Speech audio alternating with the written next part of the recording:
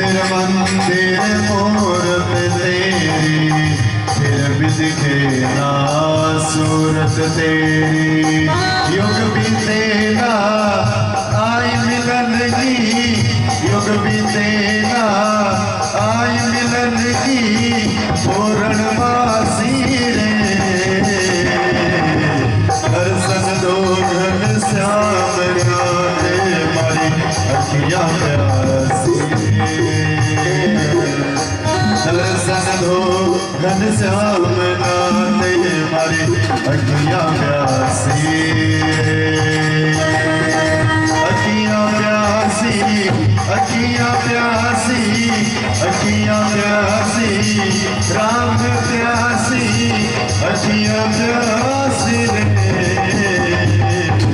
दर्शन दो घन श्याम राधे मारी अखियाँ प्यासी रे।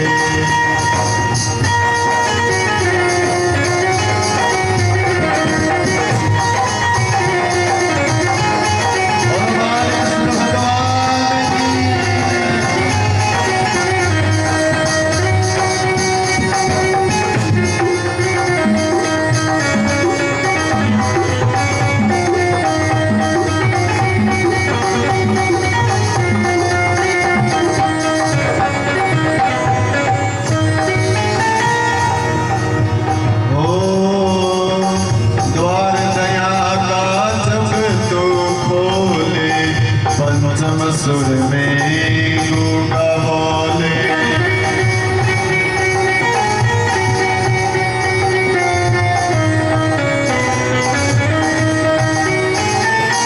द्वार दया का जब तू खोले, पंचम सुर में गूंगा बोले। अंधा देखे लंगड़ा चल करे, अंधा देखे लंगड़ा चल करे, पहुँचे काशी रे। दर्शन दो घन श्याम राधे मारी अखियाँ प्यासी रे। दर्शन दो घन श्याम राधे मारी अखियाँ प्यासी रे। अखियाँ प्यासी, अखियाँ प्यासी, अखियाँ प्यासी, अखियाँ प्यासी, अखियाँ प्यासी रे। दर्शन दो घन श्याम राधे मारी अखियाँ प्यासी रे।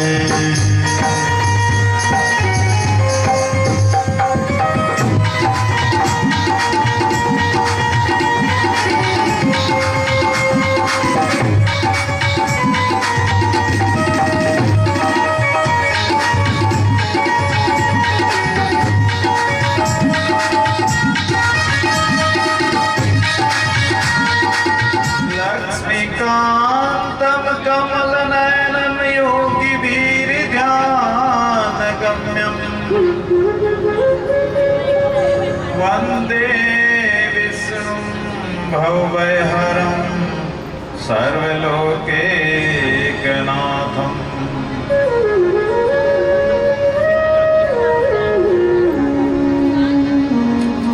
अतुलित बल धाम महिम शैलाभ दहन, तनुजवन पिशानं ज्ञानिनाम अग्रगण्यं,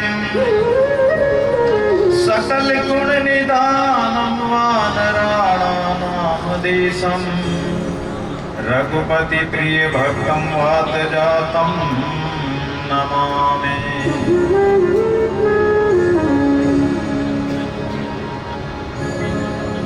बंसी विभूषित करानवनीरदाभा, पीताम्बराधरुण बिंब फलाधरोष्टा,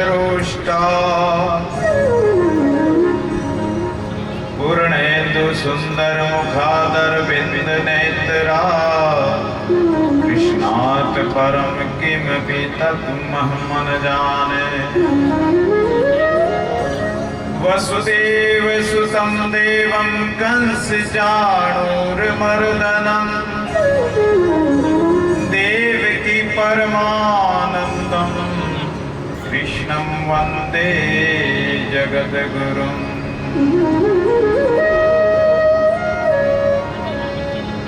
श्री कृष्णाय वासुदेवाय हरे परमात्मने प्रणत कलेश नाशाय गोविंदाय नमो नमः।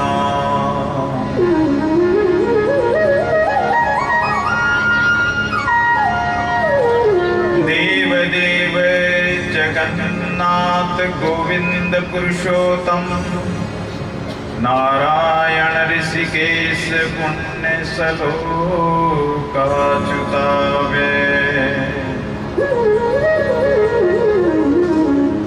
कदा वृंदारण्ये विमल यमुना तीर कुलीने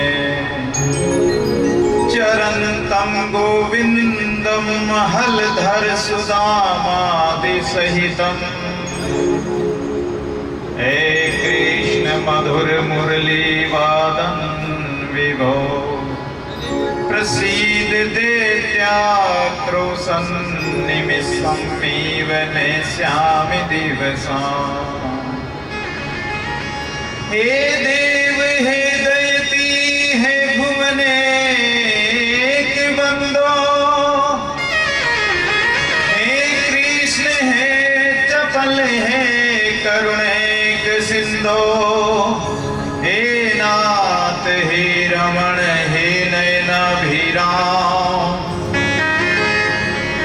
आहा कदानुभवितासि पदं द्रसोर में।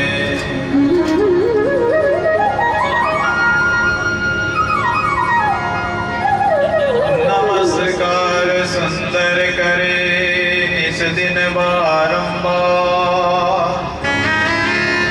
सदा रहो मम शीश पर सतगुरु चरण तुम्हारा।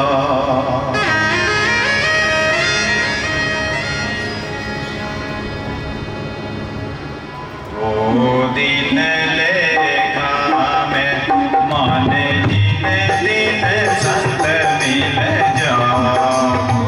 वो दिन लेखा में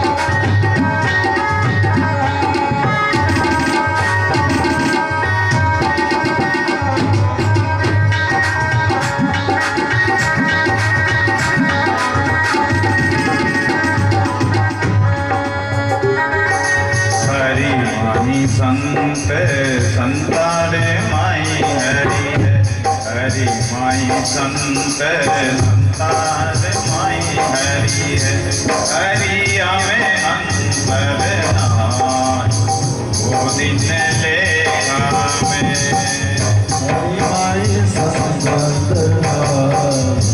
दिन लेखा माने जिस दिन सत मिल जाए कोई दिन लेखा लेखा लेखा लेखा भाई लेखा जिस दिन सस्त मिल जाए कोई दिन लेखा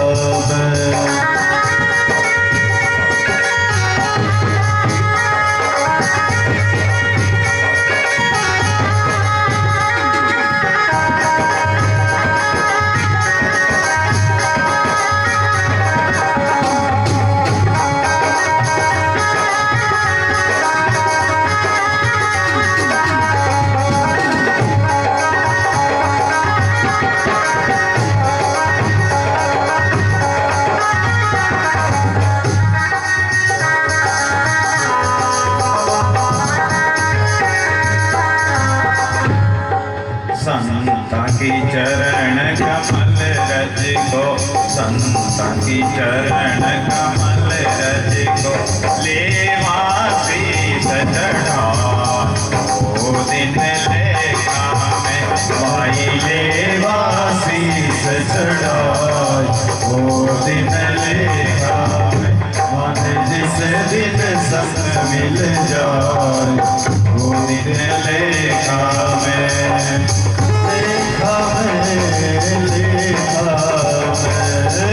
लेखा मेरे भाई लेखा मेरे मन जिस दिन संग मिल जाए। कोई दिन लेखा में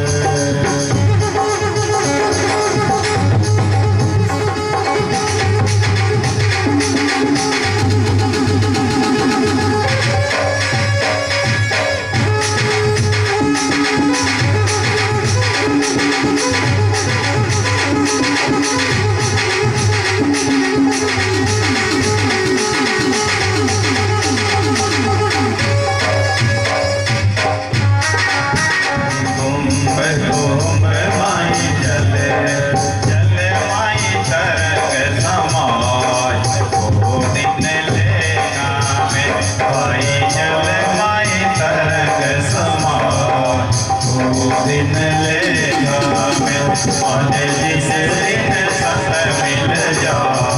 कोई दिन लेखा में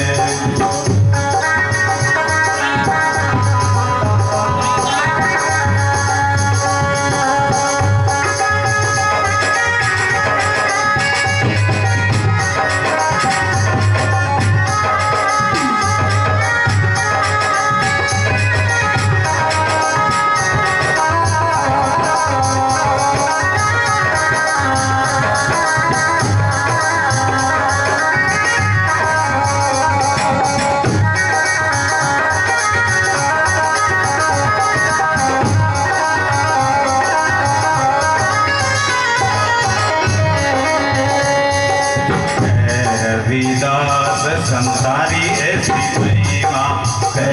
रविदास संसारी ऐसी महिमा कियोड़ा करम कट जाए। वो दिन लेखा में भाई कियोड़ा करम कट जाए। वो दिन लेखा में मन जिस दिन संग मिल जाए। वो दिन लेखा में लेखा में वो दिन लेखा में लेखा में वो दिन लेखा में मन जिस दिन संग मिल जाए। कोई दिन लेखा में मन जिस दिन संग मिल जाए। कोई दिन लेखा में। बोलिए भागवत भगवान की, व्यासदेव जी महाराज की, श्री सुखदेव जी महाराज की, श्री दादू दयाल जी महाराज की, दयाल महाराज के 152 शिष्यों की, पांचों धाम की, सर्व संत महात्माओं की, रामचंद्र भगवान की, बांके बिहारी लाल की, अपने अपने माता पिता गुरुदेव की, बस्ती नगर की, गौ माता की, सर्व संत महात्माओं की। परम मंगलमय परात्पर अखिलेश्वर एक कारण करुणा वर्मालय तड़ी जोतवी निंदित पीताम्बरधारी बालकृष्ण लाल, जो परमपिता परमात्मा सबके घट घट में कण कण में रमा हुआ है, उस रोम रोम में रमने वाले राम रमैया राम की कृपा से और श्री सीताराम जी महाराज की कृपा से श्रीमद् भागवत महापुराण की 7 दिवसीय कथा का सुंदर ये कार्यक्रम जो हम सब श्री सीताराम जी महाराज के चरणों में पाद पद्मों में बैठकर श्रवण कर रहे हैं, उनके चरण कमलों में हम अनंत कोटि प्रणाम करते हुए जिन राधा कृष्ण भगवान की असीम कृपा से ये कार्यक्रम हो रहा है, उनको हम बारंबार वंदना करते हुए गुप्त प्रकट सभी संत महापुरुषों को नमन। मंचस्थ विराजमान मेरे बड़े गुरु भाई श्री गणपत दास जी महाराज, श्री माधवदास जी महाराज, श्री सुदर्शन जी महाराज, महेश दास जी, रामकरण जी, सभी को मैं सादर सत्यराम करता हूँ। मिलना बहुत दुर्लभ है, संतों का दर्शन होना ही दुर्लभ है। दुर्लभ दर्शन साधु का, दुर्लभ गुरु उपदेश, दुर्लभ करिबा कठिन है, दुर्लभ परस लेख। संतों का दर्शन दुर्लभ है, और फिर संतों का दर्शन हो जाए तो संतों के मुखारविंद से जो अमृतमय वचन निकलते हैं, उन वचनों को सुनना बड़ा मुश्किल है, क्योंकि संत अपनी मौज में बोलते हैं। एक है तो वो राजस्थानी गाना है, एक मोर का भजन आता है जिसमें मोर कहता है कि मैं तो बोला मेरी मौज में, मोर कहता है मैं बोला मेरी मौज में। तो संत अपनी मौज में बोलते हैं। संत का हृदय जब गाने का होता है, अनायास उनके मुखारविंद से वाणी प्रस्फुटित हो जाती है, संत गाने लग जाता है। संत का प्रेम परमात्मा से होता है। प्रेम लग्यो परमेश्वर सो तब भूल गयो सिगरो गरबारा, जो उन्मत फिरे जित ही तित नेक रही ने शरीर संभारा, श्वास उश्वास उठे सब रोम चले द्रग नीर अखंडित धारा, सुंदर कौन करे नवदा विधि छाक करियो रस पी मत। जब प्रेम में कोई छक जाता है, प्रेम की मदिरा का कोई पान कर लेता है, कहते हैं कि भांग तंबाकू छूतरा उतर जात प्रभात, नानक कुमारी नाम की चढ़ी रहत दिन रात। भांग का, शराब का, या और कोई गांजा भांग चरस सुल्फा या और किसी प्रकार का भी नशा जो लोग करते हैं, वो नशा ज्यादा से ज्यादा 2 घंटा, 4 घंटा, 8 घंटा, 10 घंटा रह जाए, रात भर रह जाएगा। लेकिन हरि नाम का नशा, ये नशा तो रात भर ही रहेगा, रात को पी सुबह उतर जाएगी। लेकिन जिसने हरि नाम की प्यालियां पी ली, उसकी सारी जिंदगी सुधर जाती। लेकिन अगर कोई नशा जो करता है, वो नशा नाश कर देता है। नशा नशों से संबंधित है। नशा क्या होता है? नशे में लोग सोए पड़े रहते, उसकी नसें सुप्त हो जाती, बेहोश हो जाती, और वो पड़े रहते, ना कर्म के ना कोई काम के, किसी भी काम के नहीं। नशा से शरीर का नाश होता है, धन का नाश होता है, इज्जत का नाश होता है, स्वास्थ्य खराब होता है। तो नशा करना तो राम नाम का अमल, ऐसा राम नाम का नशा करो। हमारा जो चित्त है प्रभु के चरणों में चिंतन में लगा है, राम नाम का नशा चढ़ जाए, जैसे मीरा के लगा, ऐसी लागी लगन मीरा हो गई मगन। संसार के मोह ममता को, लोक लाज को छोड़कर हरि भजन के लिए निकल पड़ी। मेरे तो गिरधर गोपाल दूसरों ना कोई, जाके मोर मुकुट जाके सोई मेरो पति सोई। मेरा पति कौन है? कि जिनके सिर पे मोर मुकुट है, मेरा सामरिया।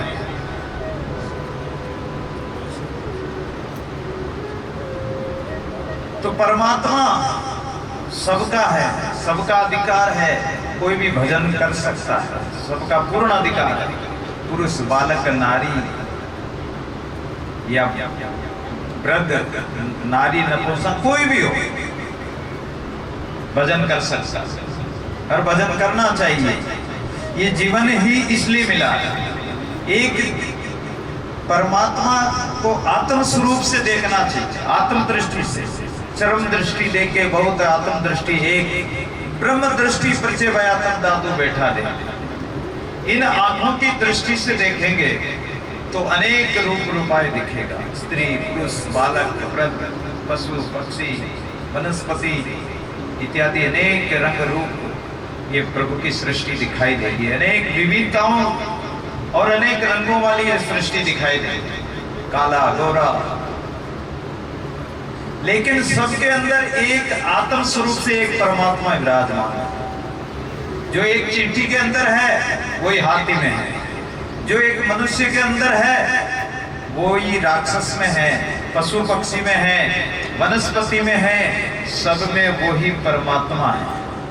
कण कण में, रोम रोम में वो राम एक रूप से सब में समाया है। मच्छर है तो भी उसमें राम है, सर्प है तो भी उसमें राम है, मक्खी है, जानवर है, पशु पक्षी है, सब में राम समाया हुआ है। केवल राम को देखने का चश्मा लगाना है। चश्म कर देख ले सपना, मेरे राम का जपना, मेरे दादू राम का जपना। ये चश्मा चढ़ाकर देखो, ज्ञान का चश्मा। अगर चश्मे का रंग लाल होगा तो मुझे सब लाल दिखाई देगा, काला होगा तो काला दिखाई देगा, सफेद होगा तो सफेद के अनुसार दिखेगा। तो मेरी देखने की दृष्टि जैसी होगी मैं संसार को वैसे ही देखूंगा। अगर मैं आत्म भाव से देखूंगा तो आत्म जीव सब एक पेट परिवार, दादू मूल विचारे दूजा कौन गवा। दादू जी महाराज कहते हैं कि आत्म दृष्टि से देखेंगे तो सब ही हमारी आत्मा है, और जब हमारी आत्मा है तो फिर किससे विरोध करते हैं। संसार में बहुत ईर्ष्या, जहां देखो वहां ईर्ष्या। परिवार में देखो तो भाइयों भाइयों में ईर्ष्या मिलेगी, पति पत्नी में, माता पिता में, बाप बेटे में, सास बहू में, दोस्तों में, जहां कहीं देखिए विविधता मिलेगी, विरोध मिलेगा, भेदभाव मिलेगा। अरे आप आत्म दृष्टि से देखिए तो सही। नामदेव जी ने कुत्ते में भी भगवान को देखा, अग्नि में भी। नामदेव जी के घर कुटिया में एक बार अग्नि लग गई, मैंने बताया था उस दिन छपरा जल गया था। तो छपरा जल गया, वो तो भगवान बांधने आए थे और बांध गए थे, लेकिन जब आग लगी, जब क्या हुआ, अपने घर में आग लग जाए तो अपन क्या करते हैं, हर एक चीज को बचाते हैं, भाग भाग कर बचाते हैं कि जो चीज बचे जिसको तो बचाओ। लेकिन नामदेव जी की कुटिया में आग लग गई तो नामदेव जी उठाकर, लो भगवान आपको इधर आने में कष्ट होगा। हर चीज को, उधरी पड़ी तो उसको उठा के, बेग पड़ा तो उसको उठा के, जो सामान दूर पड़ा वहीं से उठा कर आग में डालने लगे, स्वाहा स्वाहा करने लगे। लोगों ने कहा कि नामदेव जी पागल हो गए। अरे अग्नि से तो बचाना चाहिए, और ये तो अग्नि में डाल रहे हैं सारी चीज। तो दुनिया क्या कहती है कि नामदेव जी पागल हो गए, लेकिन नामदेव जी कहते हैं कि दुनिया पागल है। नामदेव जी को तो उस अग्नि में भगवान दिख रहे हैं कि लो भगवान आपको इधर आने में कष्ट होगा। अग्नि रूप में भी भगवान मान रहे हैं, अग्नि भी भगवान का। कोई चोर डाकू आ जाए तो संत तो उसको भगवान का रूप मानते हैं।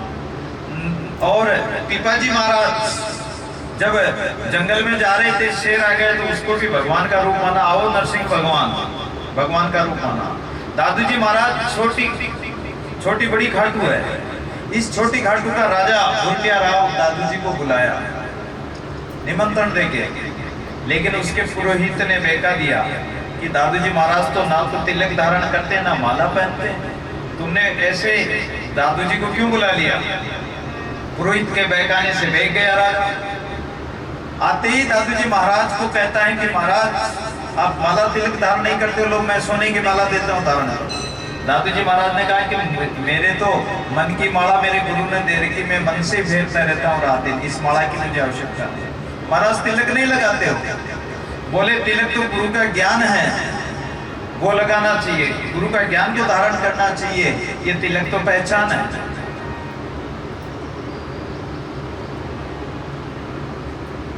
ये तिलक तो पहचान है, ये दिखावा है।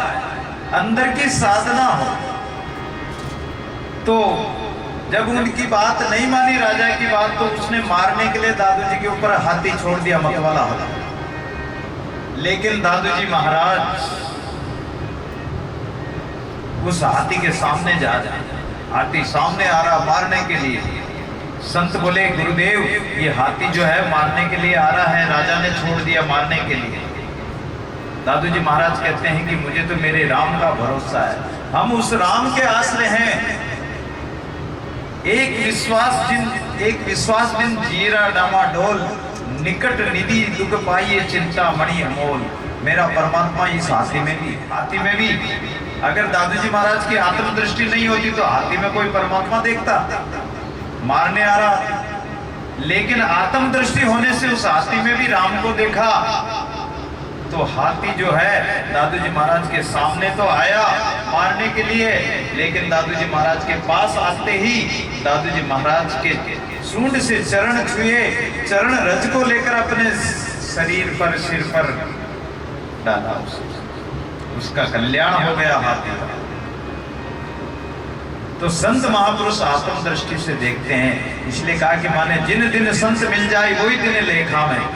संत मिल जाते हैं तो ये हमारे दिन गिनती में आ जाते हैं। जो दिन जाए भजन के लेके वो दिन आशी गिनती में, बाकी दिन सब बर्बाद है, बाकी का समय जो बर्बाद है। संता की चरण कमल रज को लेवा में शीश चढ़ाई। अरे संता की चरण कमल कहाँ मिलती है? चरण कमलों की रज कहाँ मिलती है? थोड़ी सी भी मिल जाए।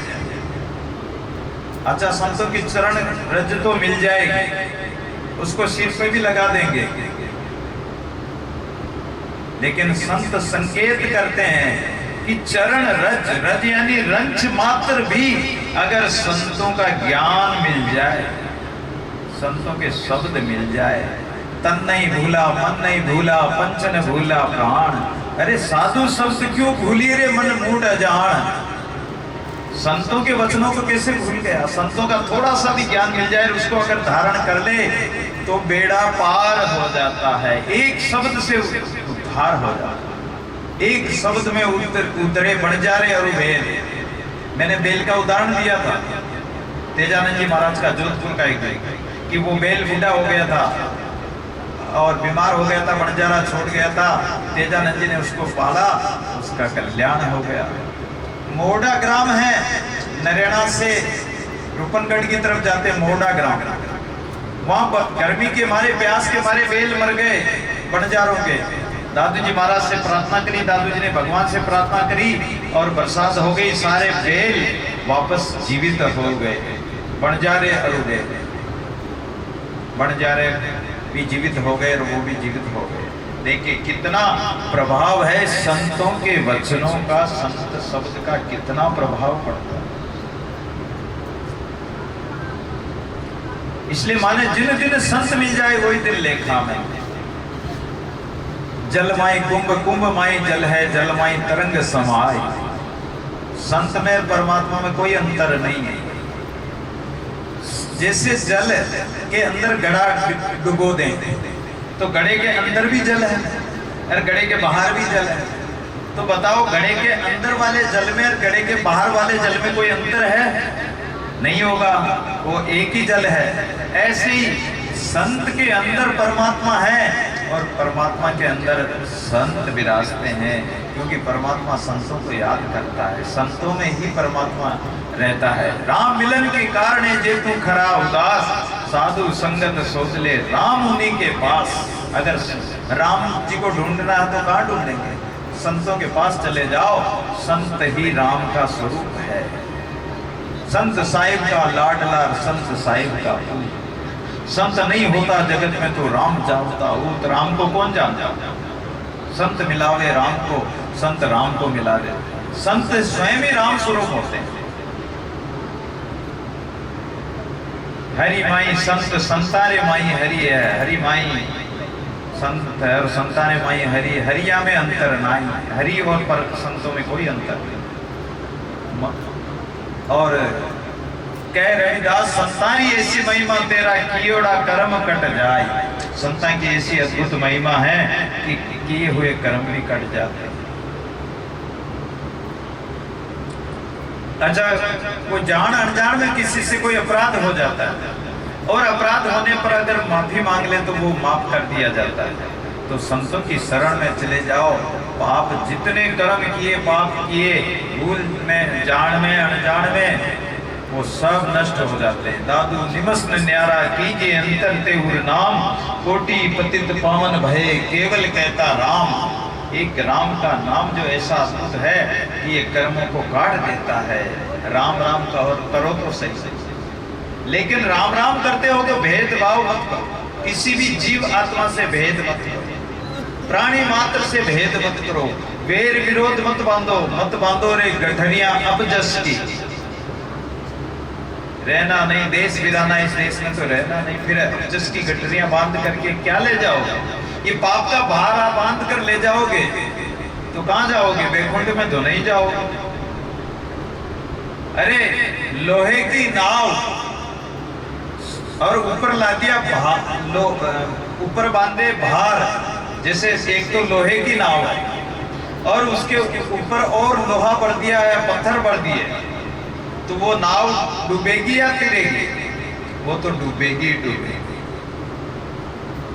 तो ये काया, ये जो शरीर है, ये देह है, ये तो ऐसे ही पांच भौतिक शरीर है, ये नष्ट होने वाला नाशवान जड़ है। और ये जीव आत्मा इस संसार में आकर न जाने कितने जन्मों जन्मों से कर्म करती आ रही है, पाप का भारा बांध कर आ रही है। और ये मनुष्य जन्म पाकर भी यदि भगवान का भजन नहीं किया और इसमें और भार बांध दिया, भार उतारा नहीं, तो ये भवसागर में ये नाव डूब जाएगी, तिरेगी नहीं। तो नौका रूप जान सत्संगा तामे सब कोई बैठो आए। ये जीवन नैया को अगर पार करना तो सत्संग रूपी नाव में बैठ जाओ। अरे राम नाम की जहाज में बैठकर मीरा पार उतर गई है। मीरा पार कैसे उतरी? ये राम नाम की जहाज में बैठकर पार उतरी। और जो इस जहाज में बैठ गया, राम नाम की जहाज में, भजन की जहाज में बैठ गया, वो तो पार हो गया। राम का नाम लेके जो मर जाएगा तो दुनिया में नाम अमर कर जाएगा, वो तो अमर कर जाएगा, अमर हो जाएगा। सुकृत मार्ग चालता बुरा न कबू होई, अमृत खाता प्राणिया मुआ न सुनिया कोई, वो अमर ही हो जाएगा। अच्छा कर्म करेंगे, सत्कर्म करेंगे तो उसका नतीजा भी अच्छा ही निकलेगा। और बुरे कर्म करेंगे, ईर्ष्या द्वेषता करेंगे, एक दूसरे से खींचातानी करेंगे, तो पशु में और हमारे में क्या अंतर है? जैसे पशु खींचातानी करते हैं, लड़ते हैं, ईर्ष्या। एक गली में अगर दूसरा कुत्ता जाए तो कुत्ता देख कुत्ता गुराए, कुत्ता कुत्ते मंडी राड़, रजब दिनों भेग बिकाड़।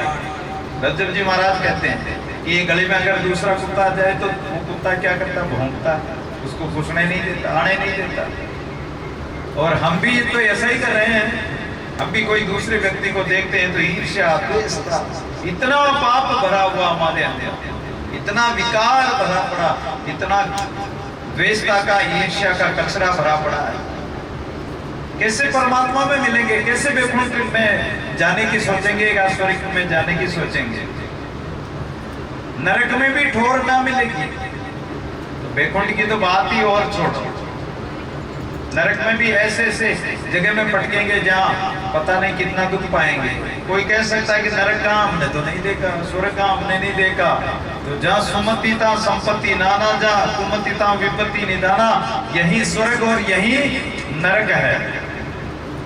बड़े बड़े हॉस्पिटलों में जाकर देख, किसी का पैर ऊपर है, किसी के पैर सड़ रहा है, किसी के पेट में क्या है, किसी के सिर में क्या है, किसी के हाथ में बीमारी, किसी के किस में बीमारी है। और ये जो अपन कर्म ही तो भोग रहे हैं, नरक ही तो भोग रहे हैं। ये पाप ही तो है, अपना किया हुआ कर्म, ये नरक ही तो भोगना। और आगे नरक मिलेगा जो मिल जाएगा, लेकिन अभी भी भोग रही। और जिस घर में, जिस परिवार में शांति है, प्रेम है आपस में, भाइयों भाइयों में, परिवार में, तो देश में, तो वो स्वर्ग है, स्वर्ग के समान है। चोदयत क्रुदो वांक्यचा हेस अमान्युत। मेघों को, मेघमालाओं को आदेश दे दिया कि जाओ ब्रजमंडल में अपार वर्षा करो, ऐसी मूसलाधार बारिश करो कि ब्रजमंडल बह जाए, एक भी गांव घर सुरक्षित नहीं रहे, ऐसी वर्षा करो। अब बरसात शुरू हो गई, तड़ तड़ तड़ बारिश होने लगी, काले पीले बादल आ गए, ब्रजवासी रोते रोते कन्हैया की शरण में आए। गोविंद ने कहा कि देखो इंद्र ने कैसी करी, यानी खीर में कैसा नमक डाला इंद्र ने। कन्हैया बोले चिंता मत करो, आंखें बंद करो, और आंखें बंद की। कन्हैया ने गिरिराज महाराज को एक क्षण में अपने हाथ पर उठा लिया और अपनी कन्नी अंगुली, जो सबसे छोटी बरस का कन्हैया, और 7 कोस लंबे चौड़े गिरिराज महाराज को 7 रात्रि तक अपने इसी कन्नी अंगुली पर रखा। और मूसलाधार बारिश हो रही, बाहर सारी गायें, सारे ग्वाल बाल ब्रजवासी गिरिराज महाराज के नीचे आ गए। जाको राके साइया बालन बाका होई, जाको राके साइया मार सके ना कोई, बालन बाका हो सके जिसका, चाहे संसारी बेरी हो जाओ उसका बाल भी बांका नहीं हो सकता, परमात्मा जिसका रक्षक होता है। इंद्र ने इतना कोप किया, इतनी बारिश की, लेकिन ब्रजवासियों को कोई फर्क ही नहीं पड़ा। भगवान ने छत्र की तरह गिरिराज महाराज को उठा लिया। अब गिरिराज महाराज को उठा रखा था, 4-5 दिन बीत गए। बाल बाल कहने लगे कि अरे कन्हैया तू थक गया होगा, जरा हमारी लाठियां लगा दें और तू थोड़ा नेक विश्राम कर ले। कन्हैया बोले कि देखो ये गिरिराज महाराज तुम्हारी लाठियों से नहीं थमेंगे। अरे बोले तुम्हारी अंगुलियों में ज्यादा जोर है या हमारी लाठियों में ज्यादा जोर है? अरे बोले तुम नहीं थाम सकते हो। बोले हम थाम लेंगे। अच्छा तो नीचा करूं, अंगुली हटाऊं? बोले हाँ हमारी लाठियां लगाने दो। सबने अपनी अपनी लाठियां लगा दी, और जो ही भगवान ने थोड़ा सा तिल भर नीचा किया, अपनी अंगुली को नीचा किया, सारी लाठियां चट चट करके टूटने लगी। तो सारे ग्वाल बाल सका बोले कि अरे लाला रोक रोक, लाला रोक। लाला बोले, कन्हैया बोले कि ये तो मैं पहले ही बता रहा था।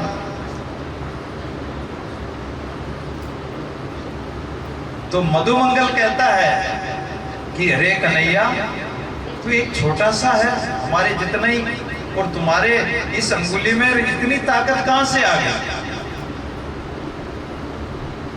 तो कन्हैया कहते हैं कछु माखन को बल बढ़ियो, कछु गोपन करी सहाय, श्री राधे जो की कृपा सो मैंने गिरवर लियो उठाए।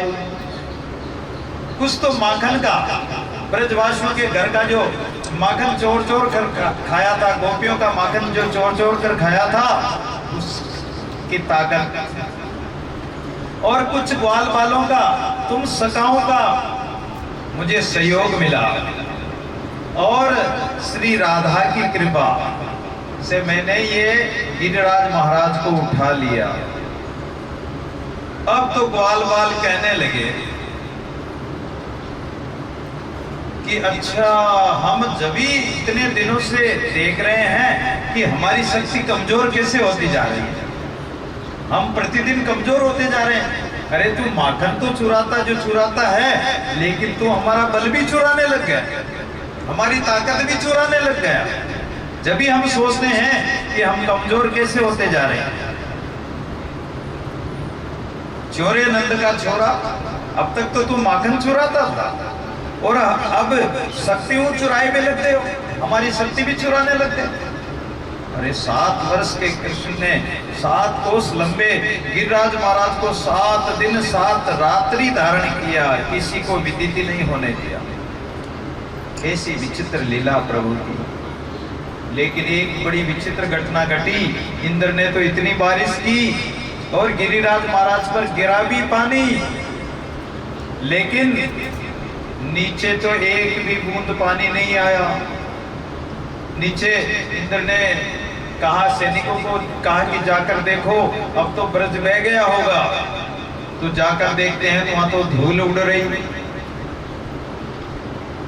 अब शेष नाग चारों तरफ बांध दिया तो पानी आवे नहीं अंदर। ऊपर सुदर्शन जी महाराज पानी को इंद्र जो बरसाता उसको सुखा रहे हैं। अगस्त्य मुनि जी बैठकर जो पानी बरस रहा उसको अगस्त्य मुनि जी पानी पी रहे हैं। 3 चूड़ों में तो पूरे समुद्र को ही पी गए थे अगस्त्य मुनि। तो जो इंद्र बारिश करता है उस पानी को अगस्त्य मुनि पी रहे हैं। सुदर्शन चक्र सुकारा और चारों तरफ शेष नाग ने घेरा दे रखा तो एक भी पानी की बूंद अंदर नहीं आई। अच्छा, ये अगस्त्य मुनि कौन थे और इन्होंने पानी क्यों पिया? राम जी के अवतार में सीता जी ने कहा कि मैं बहुत ब्राह्मणों को भोजन कराती हूँ, लेकिन ब्राह्मण लोग ज्यादा भोजन करते ही नहीं। कोई थोड़ा बहुत भोजन करते हैं और उठ के चल देते हैं। मेरी इच्छा है कि सबसे ज्यादा खाने वाला कोई ब्राह्मण मिले और मैं उसको खिलाऊं। राम जी ने कहा कि ठीक है, बुला देंगे। अगस्त्य मुनि जी को बुला दिया। अगस्त्य मुनि जी आ गए और भोजन प्रसाद करने लगे। अब थाली में भोजन परोस दिया, अगस्त्य मुनि खाने लगे। सीता जी रसोई बना रही है और अगस्त्य मुनि जी जीमते जा रहे हैं। जीमते रहे, सीता जी बनाती रही। बनाते बनाते पहला आटा लगाया वो खत्म, दूसरी बार लगाया वो खत्म। जितना आटा था वो सब खत्म हो गया, लेकिन अगस्त्य मुनि जी तो धापे ही नहीं मारा। सीता जी पसीने पसीने हो गए। राम जी ने देख लिया कि सीता जी परेशान हो रही। अगस्त्य मुनि की ओर इशारा किया कि बाबा, एक युग में भोजन करो, दूसरे युग में पानी पियो, आचमन करो, आप तो पधारो। इशारा कर अगस्त्य मुनि जी भोजन तो कहां, त्रेता में राम जी के सीता जी के घर पे वहां भोजन किया और बोले माता जी हम तो धाप गए, हम तो जा रहे हैं। और उठकर चल। बोले पानी आचमन तो कर लो। बोले आचमन अगले युग में करेंगे। तो जब द्वापर आया और इंद्र ने कोप किया, बरसात बरसाई, उस समय अगस्त्य मुनि उस पानी को पीते हैं, आचमन करते हैं।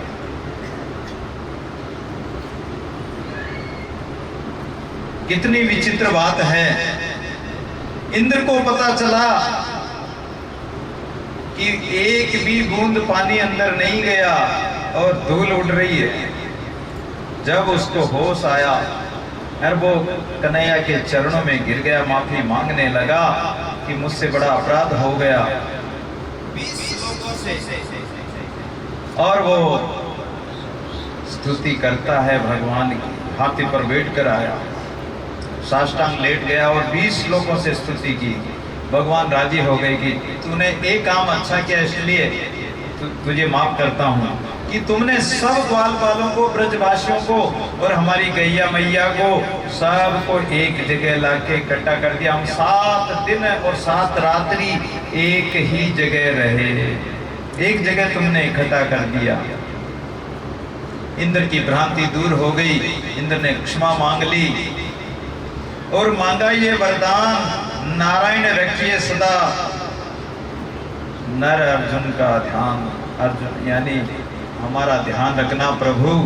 ऐसो को उदार जगमाई, बिन सेवा जो द्रवई दीन पर राम सरिस को ना। भगवान जैसा दयालु और कौन होगा। प्राणी के अवगुणों की ओर परमात्मा दृष्टि नहीं डालता। जब शरण हो जाए कोई भी शरणागति हो जाए तो परमात्मा अवगुण नहीं देखता है। जैसे पारस गुण अवगुण पारस नहीं गिनता है। लोहे के गुणों को नहीं देखता, वो तो लोहा चाहे बदिक के घर का हो चाहे पूजा के घर का लोहा हो, वो तो सोना बना डालता है। ऐसे ही प्रभु जी मोरे अवगुण चित्त न धरो, समदर्शी प्रभु नाम तिहारो, चाहे तो पार करो। प्रभु आप तो पार करो। पारस की ये दुविधा नहीं रहती है कि ये सोना बदी के घर, ये लोहा बदी के घर से आया है या ये पूजा के घर का लोहा, वो तो सोना बना देता है। ऐसे गुण अवगुण हरि कछु ने विचारे, अंतर हेत प्रीति कर पाले। इंद्र कहता है कि मेरे अपराध को क्षमा कर दीजिए प्रभु, मेरा गोपाल कितना बड़ा कृपालु है। कहा कि जाओ इंद्र, तुम्हें क्षमा किया, मैंने ही तुम्हारे अभिमान को दूर करने के लिए ये लीला की। तो भगवान अहंकार को खाते हैं, अहंकार को मिटाते हैं। गर्व न कीजिए रे गर्वे होई विनाश, गर्वे गोविंद ना मिले गर्वे नरक निवास। अहंकार करोगे तो गोविंद नहीं मिलेगा। किया कराया सब गया जब आया अभिमान, अगर अहंकार कर लिया तो सब कुछ नष्ट हो जाएगा। भगवान तो यहाँ तक कहते हैं कि अगर कोई व्यक्ति पैर धरता है, भगत हमारे पग धरे, वहां धरू में हाथ, सदा संग लागत फिरूं कबू न छाड़ू साथ, उसका साथ नहीं छोड़ता। और भगत एक पैर धरता तो मैं आऊं 60, अगर भगत मेरी तरफ एक पैर आगे बढ़ाता तो मैं आऊं 60, और अगर भगत थोड़ा करड़ा होता तो मैं करड़ा काट। भगवान भगत के बस में होते हैं। भगत एक पेंड भी भगवान की तरफ चले तो सही, भगवान 60 कदम आ जाएंगे, 1000 कदम आ जाएंगे भगवान, लेकिन हमारी भावना परमात्मा की तरफ बढ़े। और इंद्र की इच्छा हुई कि मैं ब्रज में वास करूं। भगवान ने कहा कि तुम्हारी इच्छा, तुम कहीं भी निवास कर सकते हो। परमात्मा सब जगह है, भाव से जो भी पुकारता उसको परमात्मा दर्शन देता है। जीवन में भक्ति करो, साधना करो, लेकिन भक्ति में भी निष्काम भक्ति होना चाहिए। भक्ति तो करते हैं लेकिन कामना वाली भक्ति करते हैं। हम शिव जी के जल चढ़ाते तो सोचते हैं कि शिव जी हमें धन संपत्ति दे दे, संतान दे दे, सुख दे दे। भगवान के एक अगरबत्ती चढ़ाते हैं, सोचते हैं कि हमारे घर में धन का खजाना भर जाए। कामना लेकर किसी कन्या को जिमाएंगे, गाय को घास डालेंगे तो सोचते हैं कि हमारे घर में ऐसा हो जाए, हमारी ये हो जाए, संतान नहीं तो संतान हो जाए। ये कामना लेकर हम पुण्य परोपकार करते हैं। तो कामना से किया हुआ कर्म फल तो मिलेगा, परमात्मा की कृपा से फल तो मिलेगा, लेकिन वो क्षणिक सुख होगा, सांसारिक सुख होगा, और जड़ वस्तु या सांसारिक वस्तु ही मिलेगी। मुक्ति, ये मोक्ष नहीं मिल सकती। ये जन्म मरण का आवागमन नहीं छूट सकता है। सुत वित्त मांगे बावरे साहिब सी निधि मेल, धातु वे निर्फल गए जैसे नागर वे। संसारी प्राणी क्या मांगते? भजन करते, माला फेरते, राम राम करते, तो क्या मांगते हैं कि मुझे पुत्र हो जाए, मुझे धन मिल जाए। ये संसारी प्राणी कितने बावड़े, कितने मूर्ख है। जो परम निधि परमात्मा है, राम धन है सबसे बड़ा, उस धन को छोड़कर, राम नाम निधि को छोड़कर, और क्या मांगते हैं? संसार की वस्तुएं मांगते हैं। तो वो निर्फल ही जाते हैं। फल मिलेगा तो क्या संसार का फल मिलेगा तो क्या काम आए? वो तो संसार में ही रह जाना, तुम्हारे साथ तो जाएगा नहीं। जैसे नागर बेल होती, बेल तो अच्छी लगती हो, लेकिन बेल के फल कभी भी नहीं लगता, नागर बेल के फल नहीं आता है। इसलिए भक्ति में निष्कामता हो, कर्म करो, लेकिन कर्म के फल की इच्छा मत करो। इच्छा तो अपने आप ही परमात्मा दे देगा, जो परमात्मा को देना है। आप अच्छे कर्म करोगे, अच्छा काम करोगे, परमात्मा अपने आप ही दे देगा। माताओं के पास जाकर मांग कर ले आओ, माताएं भोजन बनाकर खिलाएंगी। ग्वाल बाल गए और जो ही घर में घुसने लगे तो ब्राह्मण जो ओम स्वा हवन कर रहे थे, अब वो बोल तो सकते नहीं। अरे इशारा किया कि ये कुंवारियां वापस कैसे आ गए, और घर में घुसने लगे। तो इशारा करते हम कहाँ जा रहे हो, लेकिन कौन देखे उनकी तरफ, वो तो अंदर चले गए। माताएं बैठी हुई थी, माताओं को जाकर कहा कि हमारे कन्हैया जंगल में गायें चराने आए हैं, हम सब ग्वाल बाल और कन्हैया हम सब भूखे हैं, कुछ खाए बे के ताई दे दो। माताओं ने कहा कि ठहरो, बैठ जाओ, अभी भोजन बनाकर और साथ ही चलते हैं। माताओं में प्रेम होता है, और माताएं फटाफट भोजन बनाकर ग्वाल बालों के साथ में कन्हैया के पास पहुंच गई। कन्हैया को अपनी गोद में बिठाकर माताओं ने भोजन कराया। अब माताओं ने जब भोजन कराया तो ब्राह्मणियां कहने लगी कि अब हम आपको छोड़कर नहीं जाएंगे। भगवान बोले कि माताओं अब तुम जाओ, वापस अपने घर जाओ। ब्राह्मणियां कहती कि नहीं, आपको छोड़कर कहीं नहीं जाएंगे। अरे बोले जाओ, अरे जाएंगे क्या, हमारे पतिदेव ब्राह्मण देवता जो है अब हमें घर में नहीं घुसने देंगे, क्योंकि जब हम आ रही थी उस समय तो हम घूंघट की ओट करके आ गए। ब्राह्मणों ने पूछा कहाँ जा रही हो, लेकिन हमने उनकी तरफ देखा ही नहीं। लेकिन अब जाएंगे तो हमें घर में नहीं घुसने देंगे। भगवान बोले कि चिंता मत करो, राम जो इच्छा मनवाई राम कृपा से दुर्लभ नाई, और जिस पर कृपा राम की हो कोई, अरे जिस पर राम की कृपा होती है उस पर सब कृपा करते हैं, तो तुम चिंता मत करो और ऐसा करो कि जाओ। अब वो ब्राह्मणियां गई तो आज ब्राह्मण देवता खड़े होकर उन माताओं का स्वागत करते हैं। स्वागतम वो महाभागा आश्यताम करवाम किम यनोदि दृक्षया प्राप्ता उपपनम इदम ही वह। और ब्राह्मणियों का बड़ा स्वागत किया कि अरे हमने बड़ा अपराध किया और तुम तो भगवान को जिमा कर आ रही हो। लेकिन वो पंडित फिर भी भगवान की गति को नहीं जान पाए, भगवान के प्रेम को नहीं जान पाए। काजी कदा न जाने कागज हाथ कते, अरे पढ़ता पढ़ता दिल के भीतर नहीं भेद। बहुत शास्त्र पढ़ लिए, ग्रंथ पढ़ लिए, वेद पुराण पढ़ लिए, लेकिन भीतर में वेद पढ़े लेकिन भीतर में भेद नहीं आया, परमात्मा का भेद नहीं पाया। वेद पढ़ने से भी क्या होगा। पोती पढ़ पढ़ जग मुआ पंडित भयानक कोई, अरे 2.5 अक्षर प्रेम का पढ़े सो पंडित हो। प्रेम का पाठ नहीं पढ़ा तो वेद पढ़ने से भी क्या होगा, शास्त्र पढ़ने से भी क्या होगा। पढ़े न पावे परम गति, पढ़े न लंगे पार, पढ़े न पहुंचे प्राणिया दादू पीड़ पुकार। केवल पढ़ने मात्र से परम गति नहीं मिलने वाली है, पार नहीं पाओगे। एक मथुरा में एक ब्राह्मण था, कथा करता था। एक गुजरी गोकुल से माखन बेचने के लिए मटकी में माखन ले जाती और मथुरा में बेच कर आ जाती। नाव में बैठ कर आती, 2 पैसा नाव में देती, अपने गांव आ जाती। एक दिन कथा हो रही थी, गुजरी का जो माखन या दही जो बेचने जाती थी वो बिक गया। कथा हो रही थी, उसने सोचा कि चलो कथा में थोड़ी देर बैठ जाए, कोई राम का नाम ही सुनने को मिलेगा। बैठ गई। पंडित जी कथा कर रहे थे, कथा में शब्द आया कि राम नाम के आश्रय ये जीव भवसागर तर जाता है। राम नाम रूपी नाव में बैठकर ये जीव पार उतर जाता है। सतगुरु काटे केस गई डूबत ये संसार, दादू नाव चढ़ाई कर की ये पहली पार। ये राम का नाम ऐसा है कि पहली पार उतार देता, संत पहली पार उतार देते हैं।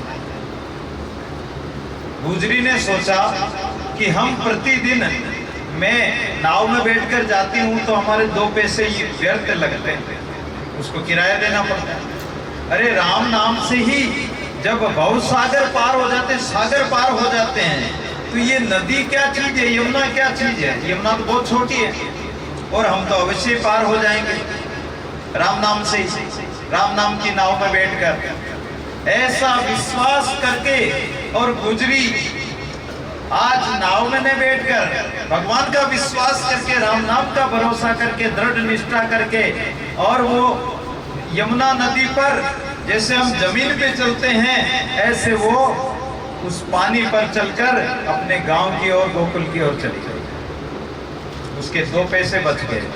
अब तो वो प्रतिदिन नाव में नहीं बैठती है और वो राम नाम लेकर उस यमुना जी के जल पर, जमीन पर चले जैसे चलकर यमुना पार करके और मथुरा आके अपना दही माखन दही बेच के और वापस चली जाए। एक दिन सोचा कि आज पंडित जी को, आज अमावस का दिन है और आज पंडित जी को खीर खिलाई जाए। जैसे आज हम जीवने गए थे सूरजभान जी के, खीर का प्रसाद, तरह तरह का प्रसाद भाव से खिलाया। अब पंडित जी को खिलाने के लिए उसने निमंत्रण दे दिया कि चलो महाराज मेरे घर आपको खीर खिलाऊंगी। पंडित जी कथा करके उनके साथ हो लिए। अब यमुना जी की तरफ जाने लगी तो कहने लगी कि अरे इधर तो घाट नहीं है। बोले घाट की आवश्यकता ही नहीं, पंडित जी आ जाओ आप। अब वो गुजरी तो जल में उतर गई। पंडित जी ने सोचा कि यहाँ जल कम होगा इसलिए गुजरी चल पानी में चल रही होगी। तो जो ही वो पानी में उतरे पंडित जी, गुजरी तो बहुत आगे निकल गई पानी में यमुना जी के ऊपर चलते चलते। लेकिन पंडित जी महाराज ने जो ही पैर धरा, एक पैर धरा तो घुटने तक पहुंच गया। आगे और बढ़े तो कमर तक पानी आ गया, थोड़ा आगे बढ़े तो छाती तक पानी आ गया। अब सोचा कि अगर आगे बढ़े तो अब तो डूब ही जाएंगे। अरे बोले गुजरी माई ठहर तो सही, मैं कैसे आऊं? अरे बोले आपने कहा था कि राम नाम के प्रभाव से बहुत सागर भी तर जाते हैं, तो ये तो यमुना मैया तो छोटी सी नदी है महाराज, और आपके कहने से तो मैं इस जल पर जमीन की तरह चलकर मैं पार हो रही हूँ, और आप कह रहे हैं कि कैसे आऊं? बोले मैं तो डूब जाऊंगा। तो विश्वास अगर नहीं है, केवल पोथी पढ़ने से कुछ नहीं होगा, शास्त्र पढ़ने से, वेद पुराण पढ़ने से कुछ नहीं होगा। मंदिर में चाहे कितना ही जल चढ़ाओ, कितना ही पूजा पाठ करो, अगर भगवान में विश्वास नहीं, एक जीव मात्र में परमात्मा को नहीं देखा, आत्मभाव से नहीं देखा, और विश्वास नहीं परमात्मा में, तो कभी भी पार नहीं हो, कभी भी मुक्ति नहीं होएगी। केवल पढ़ने मात्र से क्या होगा? दादू पाती प्रेम की बिरला बांचे कोई। दादू जी महाराज कहते हैं कि अगर प्रेम का पाठ पढ़ो, प्रेम भाव से पढ़ो, तो सब कुछ हो सकता है। परमात्मा प्रेम से रिश्ता है। आए नहीं वो प्रियतम का ठिकाना, क्या जाने जो प्रेम गली में। आए नहीं वो प्रेम ठिकाना, क्या जाने जो प्रेम गली में। आए नहीं वो प्रियतम का ठिकाना, क्या जाने जो प्रेम गली में। आए नहीं वो प्रियतम का ठिकाना, क्या जाने।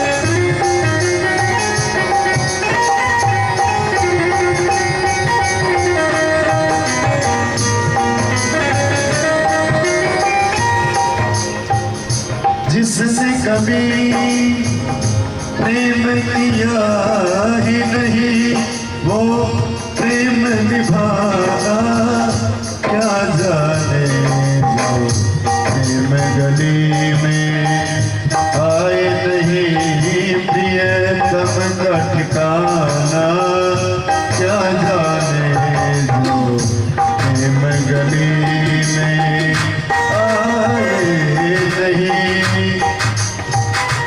प्रियतम का ठिकाना, क्या जाने जो प्रेम गली में।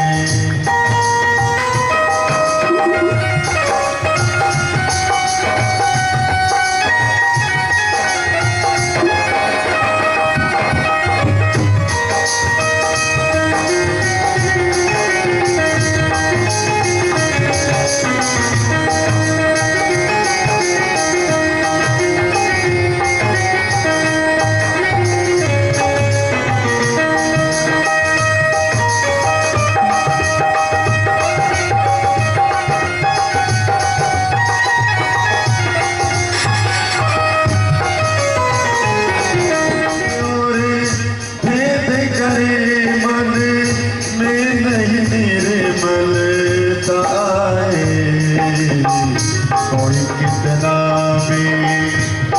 कितना भी ज्ञान कहे भगवान को पाना, क्या जाने कोई कितना भी चाहे ज्ञान कहे भगवान को पाना, क्या जाने जो प्रेम गली में आए नहीं प्रियतम का ठिकाना, क्या जाने जो प्रेम गली में।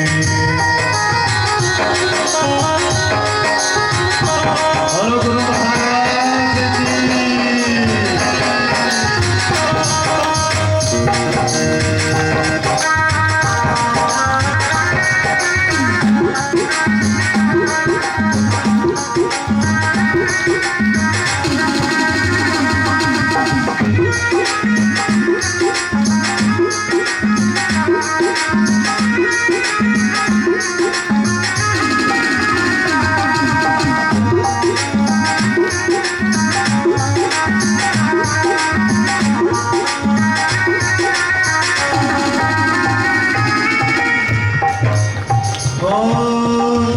ये दुनिया घोर धंधा है, सब जग माया में अंधा है।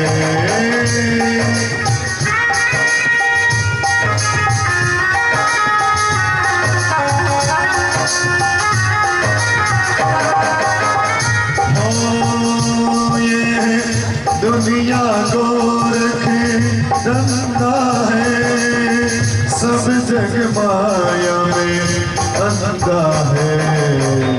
उस अंधे ने प्रभु को देखा, उस अंधे ने प्रभु को देखा नहीं, वो रूप बताना, क्या जाने जो प्रेम गली में आए नहीं प्रियतम का ठिकाना, क्या जाने जो प्रेम गली में आए नहीं वो प्रियतम का ठिकाना, क्या जाने जिसे मैं कभी प्रेम किया ही नहीं वो प्रेम निभाना, क्या जाने जो प्रेम गली में।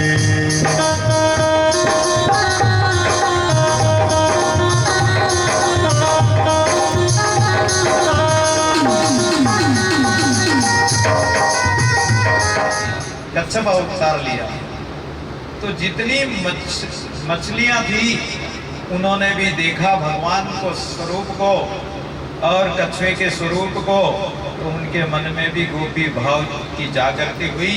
भगवान ने कहा कि तुम्हारी इच्छा पूरी करूंगा, और वो भी गोपियां बनकर आ गए। इतना ही नहीं, चार वेद जो हैं, ऋग्वेद, यजुर्वेद, सामवेद और अथर्ववेद, इनमें ज्ञान कांड, उपासना कांड, कर्म कांड, 80,000 मंत्र कर्म कांड के, 16,000 मंत्र उपासना कांड के। तो ये 80,000 कर्म कांड के जो वेद मंत्र है, वे सभी मंत्र ब्रज मंडल में गोपियां बनकर आ गए। जितने देवता हैं वो भी भगवान के साथ लीला करने के लिए वो भी गोप ग्वाल बन के आ गए। श्रुति रूपा, मुनि रूपा, साधन सिद्धा, स्वयं सिद्धा, देवती कन्या, मत्स्य कन्या, ये सब गोपियों का रूप है। ये किसी की बेटी बनी तो किसी की पत्नी बनी, लेकिन इनका गोपी बनकर आने का उद्देश्य क्या है? भगवान के साथ लीला करने का उद्देश्य है, भगवान के साथ आनंद लेने का उद्देश्य है। अरे भाई संगीत वाले कहाँ गए? संगीत वाले आ जाओ भाई। कहाँ गए? गज्जू कहाँ गया भाई?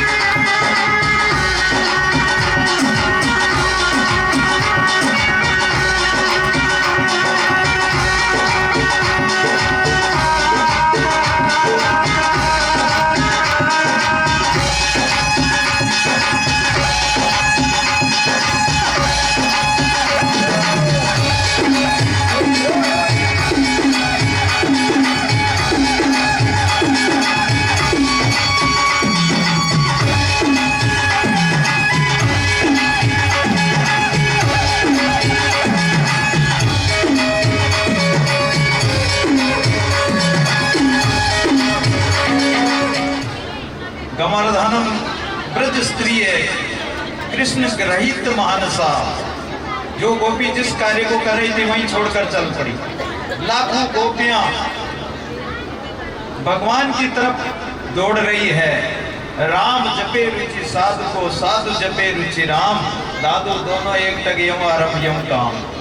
परमात्मा का कोई भजन करता है तो भगवान भी उनका भजन करते हैं, उनका ध्यान रखते हैं। एक गोपी तो गाय दूह रही थी, लेकिन गाय को दूहते समय गोपी ने जैसे ही मुरली को सुना तो वो दूध का बर्तन पटक के और भगवान की ओर दौड़ पड़ी। एक गोपी अपने बच्चे को दूध पिला रही थी, जैसे ही मुरली की तान सुनी तो बच्चे को पलड़े में ही सुलाकर कृष्ण की ओर दौड़ पड़ी। एक गोपी अपने आंखों में काजल लगा रही थी और जैसे ही मुरली को सुना तो एक आंख में तो काजल लगाया, एक में नहीं लगाया और भगवान की ओर दौड़ पड़ी। एक ने बिना लहंगा साड़ी पहन यानी साड़ी पहन ली, एक ने लहंगा पहना तो साड़ी नहीं पहनी। इस प्रकार अस्त व्यस्त गोपियों के वस्त्र हो गए, इनको पता ही नहीं और कन्हैया की मुरली सुनकर दौड़ पड़ी। एक गोपी पति को भोजन करा रही थी, भोजन परोस रही थी, मुरली की आवाज सुनी तो उसकी परिस्थिति ऐसी बन गई कि अब क्या करें। दाल में थोड़ा नमक दे दो, पति ने मांगा, सो नमक की जगह उसने शक्कर डाल दी दाल में। अब पति कहने लगा कि अरे कहाँ जा रही हो, बताओ तो सही कहाँ जा रही हो। बोले बताने का समय नहीं। वो तो गोपी तो दौड़ पड़ी कन्हैया की ओर। एक गोपी के पति ने गोपी को पकड़कर एक कमरे में बंद कर दिया, बोले तुम्हें नहीं जाने देंगे। लेकिन उस गोपी ने कहा कि तुम्हारे इस शरीर से प्रेम है तो इस शरीर को देखते रहना, और मैं तो चली। उसने शरीर छोड़कर ही वो भगवान के पास पहुंच गई, देह त्याग करके अपने जीव आत्मा से परमात्मा के पास पहुंच गई। तो इन गोपियों का प्रेम था, अनुराग था, परमात्मा के प्रति अनुरक्ति थी। ये अनुरक्ति प्रेम की, ये प्रेम ही तो है, ये कांत भाव, ये अनुराग होना, परमात्मा में प्रेम हो जाना, कृष्ण के चरणों में प्रेम करना कितनी बड़ी बात है। गोपियों के कितना भाव था उनका। सुखदेव जी कहते हैं कि राजन, भाव से कृष्ण के चरणों में अगर प्रेम करोगे और अगर तन्मयता आ जाएगी तो भगवान प्रकट हो जाते हैं, भगवान अपना लेते हैं। ऐसा ही गोपियों के साथ हुआ। लाखों गोपियां दौड़कर कृष्ण के पास पहुंच गई। अर्धरात्रि का समय, शरद पूर्णिमा का समय, और गोपियां वहां पहुंच जाती है। कृष्ण जिधर नजर डालें उधर गोपियां ही गोपियां आ रही है। जैसे वर्षा ऋतु में नदियां समुद्र में मिलने जाती है, समुद्र में मिलती है, ऐसे सारी गोपियां भगवान की ओर दौड़ पड़ रही है। गोपियों को देखकर मेरे गोविंद मुस्कुराने लगे और कहने लगे गोपियों से, स्वागतम वो महाभागा, अरे प्रियम किम करवाणी वे ब्रज श्यानामय कजित गुरुतागमन कारणम। अरे गोपियों, तुम्हारा स्वागत है, स्वागत है। गोपियों, तुम कैसे आई हो ब्रज को छोड़कर आधी रात में। गोपियों के मन में बड़ी प्रसन्नता हुई कि कन्हैया ने मुरली बजाई, मुरली में हमारा नाम पुकारा, इसलिए हम तो दौड़ दौड़ कर चली आ गई। आपने तो हमारा नाम पुकारा था।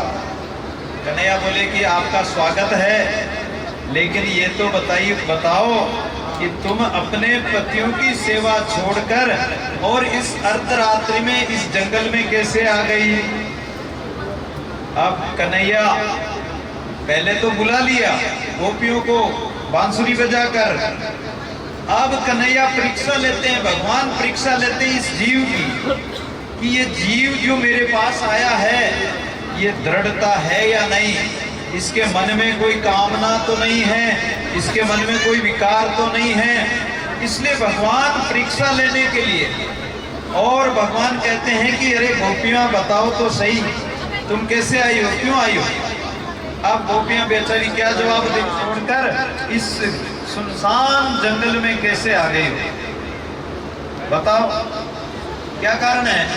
जाओ अपने पतियों की सेवा करो, तुम्हारा धर्म यही है। ये ऐसी बात सुनकर सभी गोपियों के आंखों से आंसू बहने लगे। भगवान बड़ी कठिन परीक्षा लेते हैं। गोपियों ने कन्हैया से कहा कि देखो कन्हैया, आप जो हमें घर जाने की बात कहते हो ये तो हमें अच्छा नहीं लग रहा है। अरे हमने सारे विषयों को छोड़कर, सारे संसार को छोड़कर हम आपकी शरण आ गए हैं। साईं कारण सब तजे जन का ऐसा भाव, दादू राम न छाड़िए भावे तन मन जाओ। चाहे कुछ भी हो जाए लेकिन हम तो आपकी शरण में रहेंगे, हम संसार में नहीं जाएंगे। अरे ये पति तो शरीर का पति है, हमारा असली पति तो परमात्मा है, क्योंकि इस जीव आत्मा का पति तो परमात्मा है।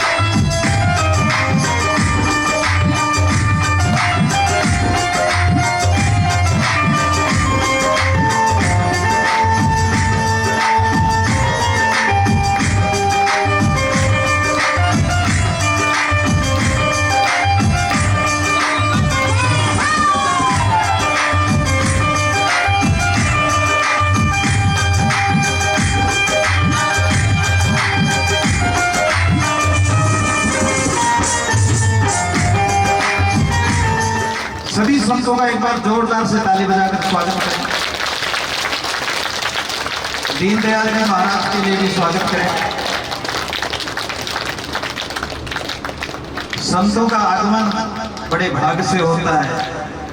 संत हमारे आत्मा, संत हमारी आत्मा है। संत भगवान के कृष्ण कान्हा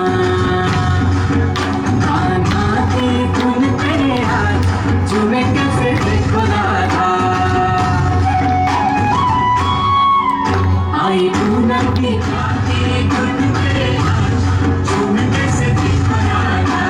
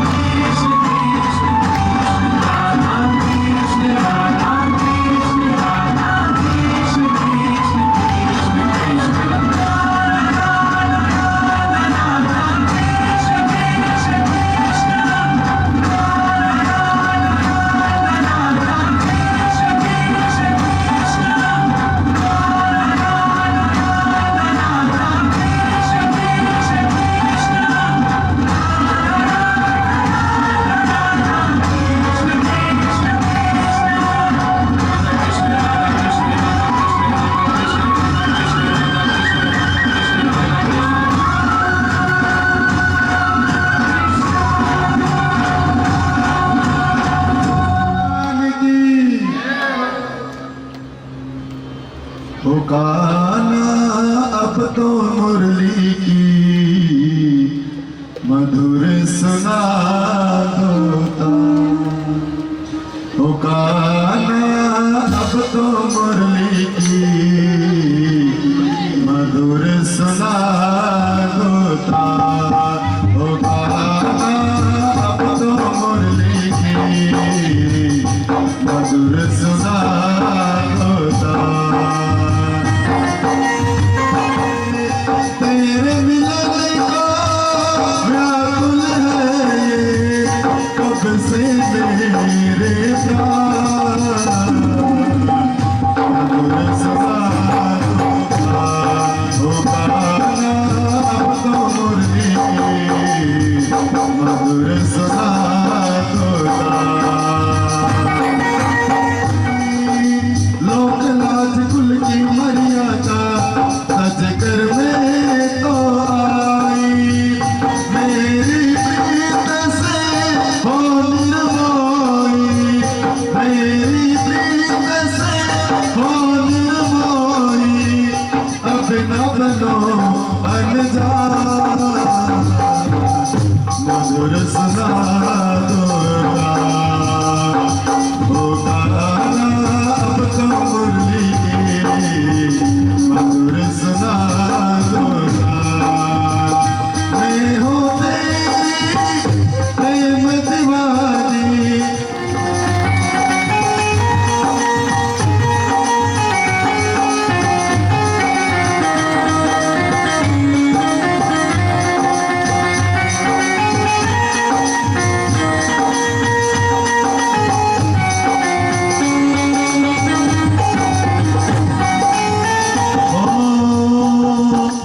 मैया रूठी बापुल रूठा ओह न सुनते हमारी।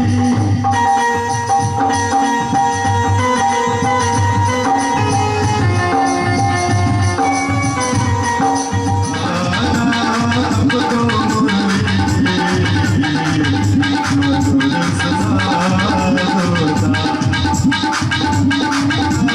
अब तो मुरली की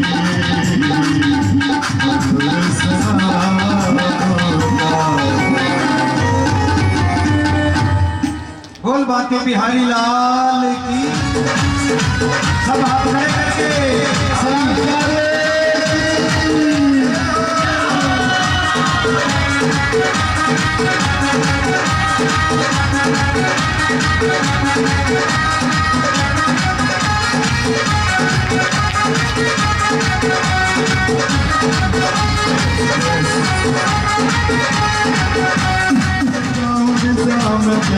लटकन रे मिट जाऊं सामने। लटकन रे मिट जाऊं सामने। लटकन रे हरि वो तो हरि वो तो हरि वो तो मधुर मुस्काए दो। मोरे दिल को रोज लगाए दो। मेरे मन में श्याम समाए दो। मोरे प्रेम को रोज लगाए दो।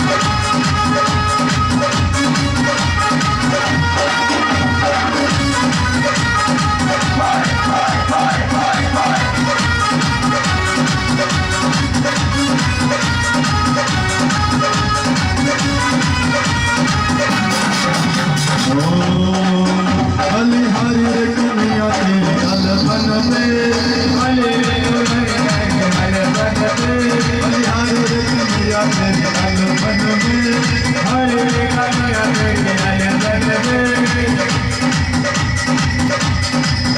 मेरी किस्मत के मोती धड़कन पे जैसे मेरे मन के धड़कन पे हरि वो तो सपने में जाएगो मोहे प्रेम को रोक ले जाएगो मेरे मन में श्याम समाएगो मोहे प्रेम को रोक ले जाएगो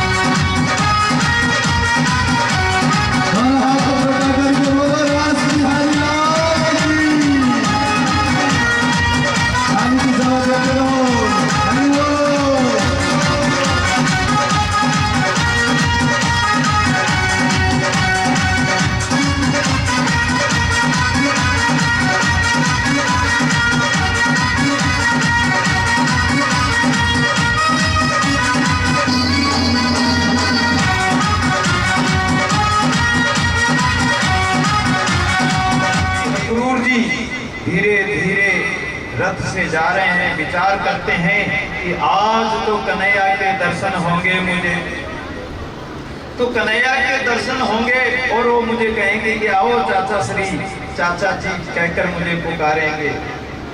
भगवान के दर्शन होंगे, इस भाव से अक्रूर जी गदगद हो रहे हैं, मुझे आज हरि के दर्शन होंगे।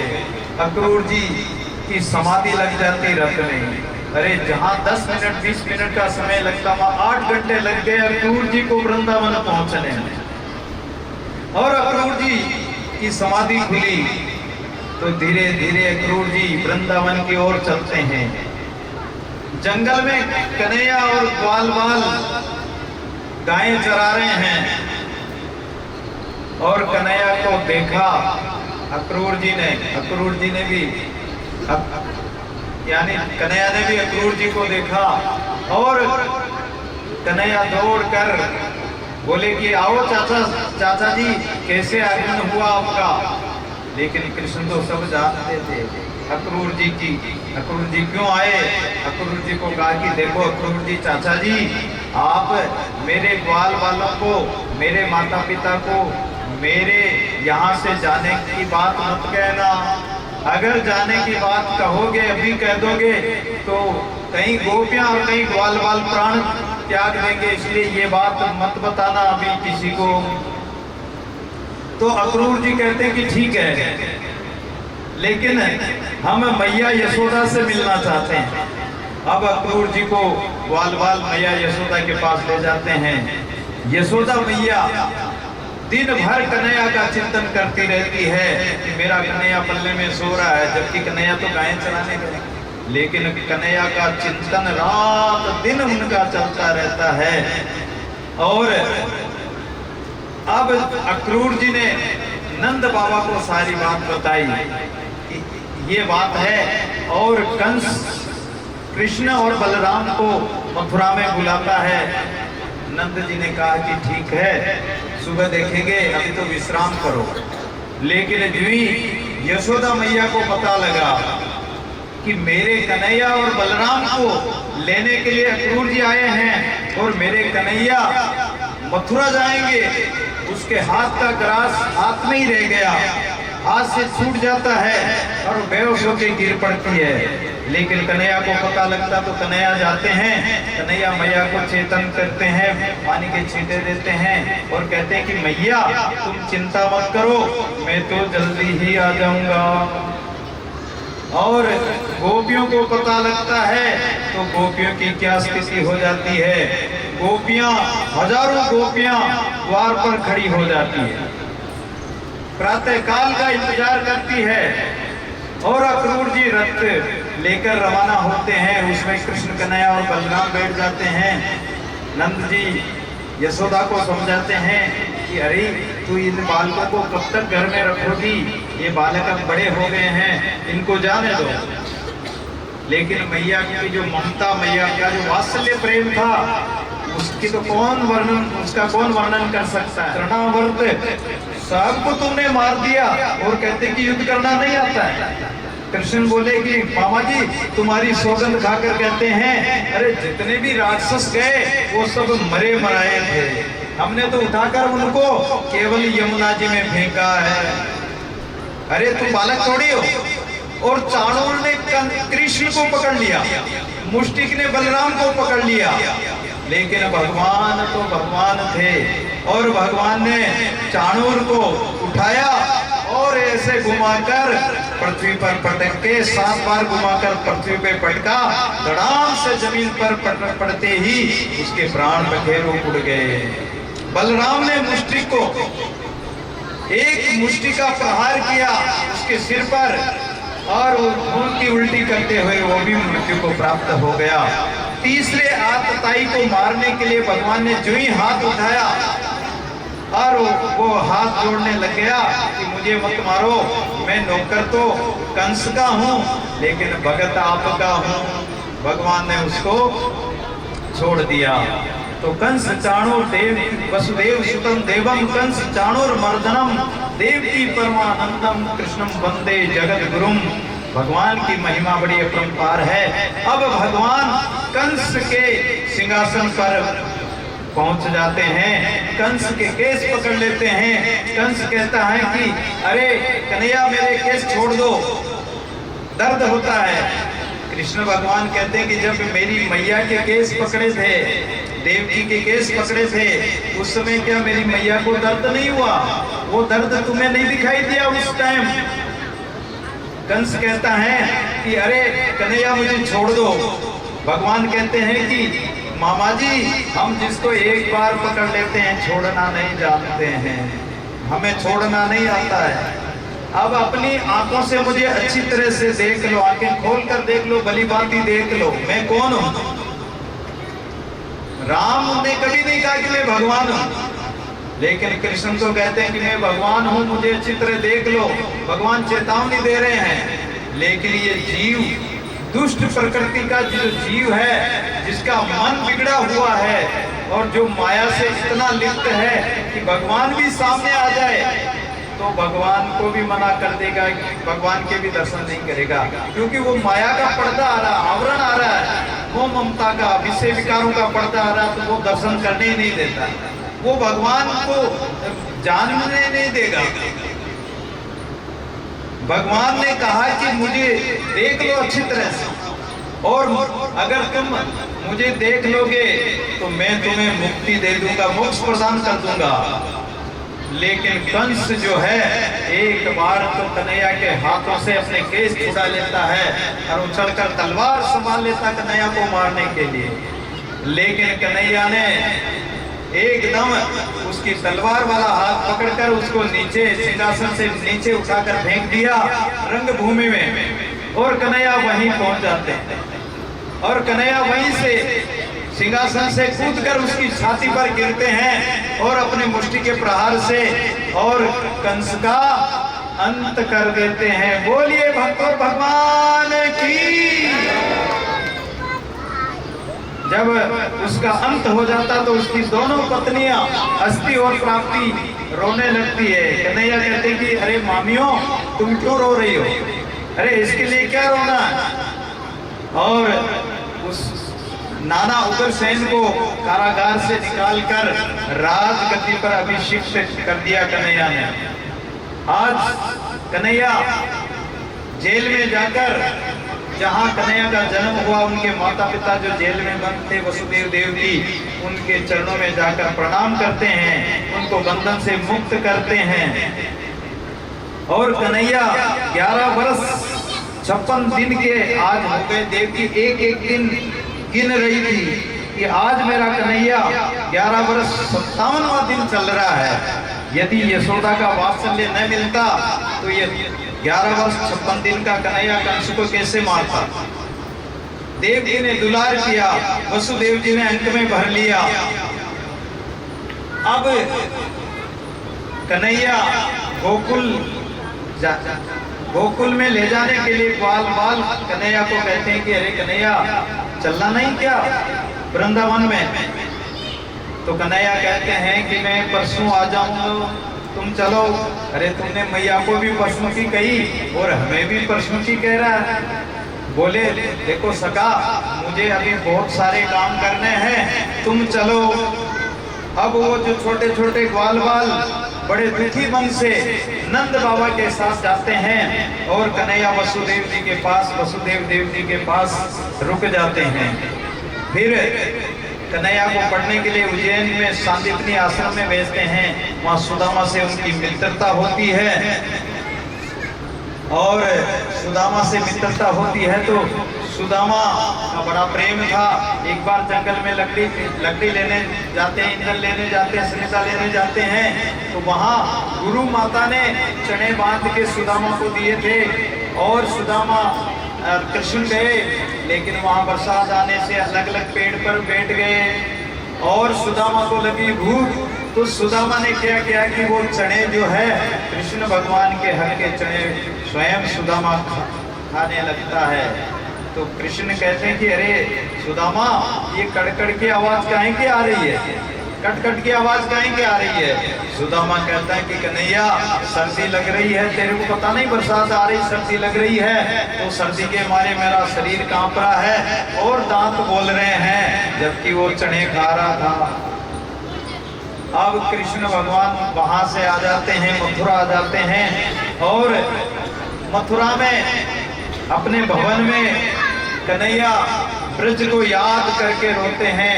यशोदा मैया देवकी और वसुदेव दुखी हो जाते हैं, उद्धव जी को बुलाते हैं कि ये कन्हैया क्यों रोता है, तुम पूछो, तुम्हारा मित्र है।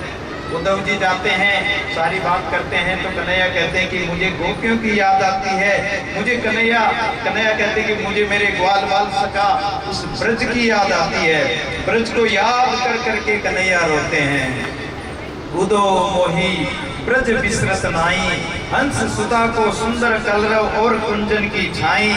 अरे मैं 1000 बार प्रयास करूं तो भी हे उद्धव ब्रज को भूल नहीं सकता हूं।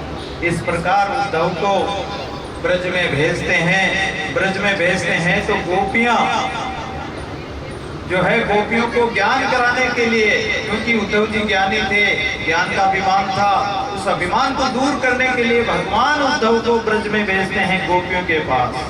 और उद्धव जी जो ही जाते हैं तो वहां देखते हैं कि ब्रज में जा रहे हैं तो उनके बस्तर कांटों में उलझ जाते हैं। तो मानो वो कांटे कहना चाहते हैं, ब्रज के करील कहना चाहते हैं कि अरे उद्धव जी जरा संभल के जाना, ब्रज प्रेम की नगरी है और इस नगरी में जा रहे हो तो अपने वस्त्रों को संभाल के जाओ, तुम्हारे ज्ञान के वस्त्र कहीं प्रेम के कांटों से कहीं चीर ना हो जाए, कहीं लील ना हो जाए। अब उद्धव जी जा रहे हैं, इधर ग्वाल बाल प्रतिदिन भगवान का इंतजार करते हैं, भगवान के दर्शनों के लिए तरसते हैं कि भगवान कब आएंगे। भगवान जब मथुरा चले गए तो अभी तक नहीं आए, इतना समय निकल गया फिर भी नहीं आए। तो भगवान का प्रेम, गोपियों का प्रेम, ग्वाल बालों का, सखाओं का प्रेम इतना अधिक था कि रोज प्रतिदिन मथुरा के मार्ग पर बैठकर इंतजार करते हैं कि शायद हमारा कन्हैया आ रहा होगा, हमारा कन्हैया आएगा, लेकिन कन्हैया नहीं आता है तो बड़े दुखी हो जाते हैं। आज आएगा कन्हैया, कल आएगा कन्हैया, प्रतिदिन देखते हैं लेकिन कन्हैया तो आते ही नहीं है।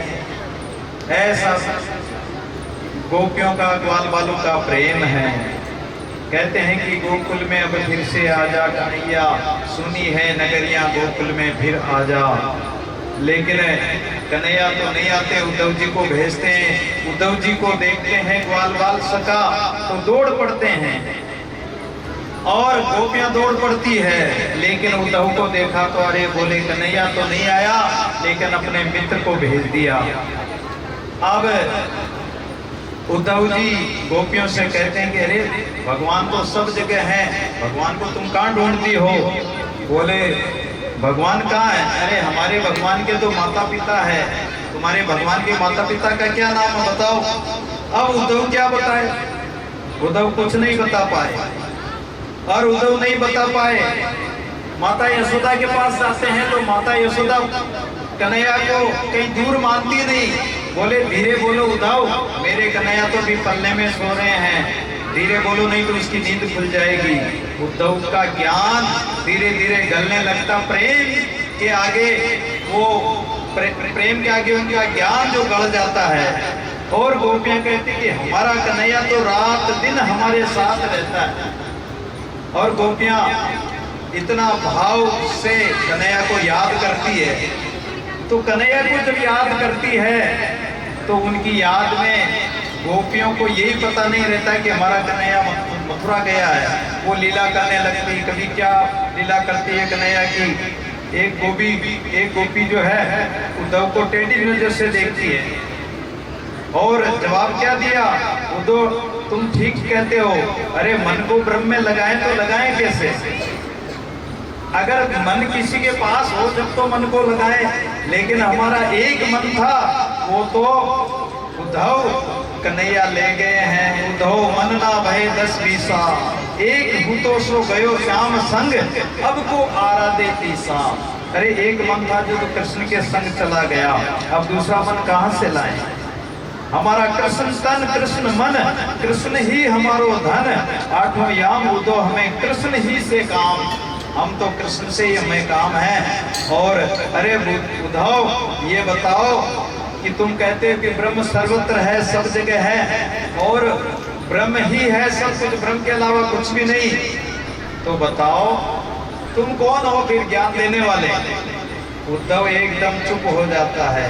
अरे उद्धव तुम भय बोरे पाती लेकर आए दौड़े। अरे उद्धव तुम तो बावड़े हो गए, तुम योग को जानते ही नहीं हो। यहाँ तो रोम रोम में हमारे श्याम हैं, रोम रोम में राम रमे हुए, कृष्ण रमे हुए हैं। कन्हैया को रात दिन हम पुकारते रहते हैं, कन्हैया हमारा है, हम कन्हैया के। ऐसा उनका भाव है और ऐसे भाव से वो बड़े प्रेम से भगवान का भजन करती है, कन्हैया का चिंतन करती है। प्रेम लगो परमेश्वर से भूल गयो सिकरो गरबारा। गोपियां कहती कि हमारा प्रेम तो कन्हैया से होते हैं सोने, आस की इतनी सस्ती नहीं है, ये तो प्रेम की बात है।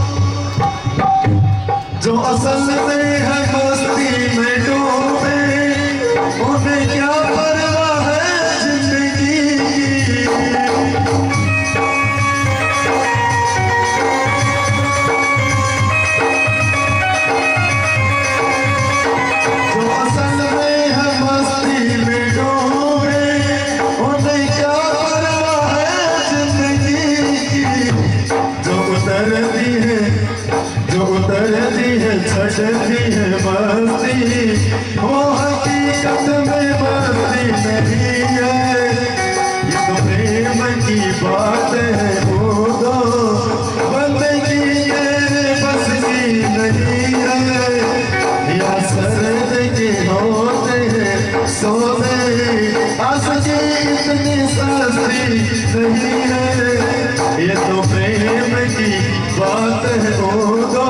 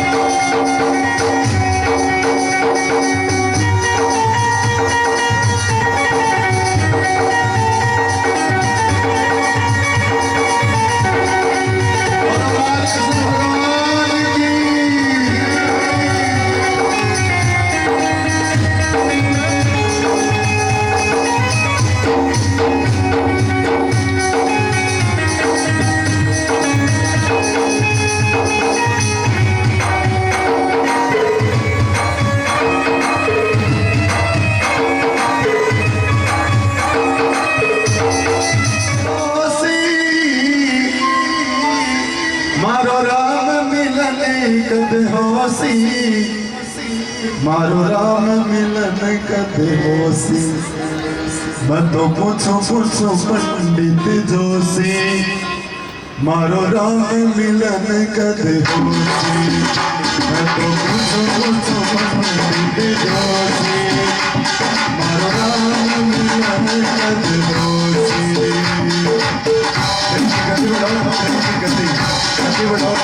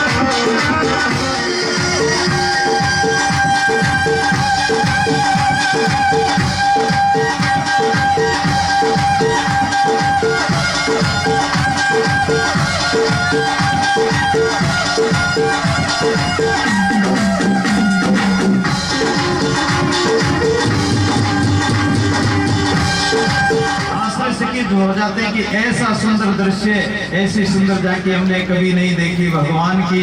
वो भगवान के सौंदर्य को देखने लग जाते हैं। देखो मुकुट कितना सुंदर, देखो उनके गले में पटका कैसा डला हुआ, उनके वस्त्र कैसे हैं, उनका चेहरा कैसा है, उनकी नाक कैसी है, उनकी मुस्कान कैसी है।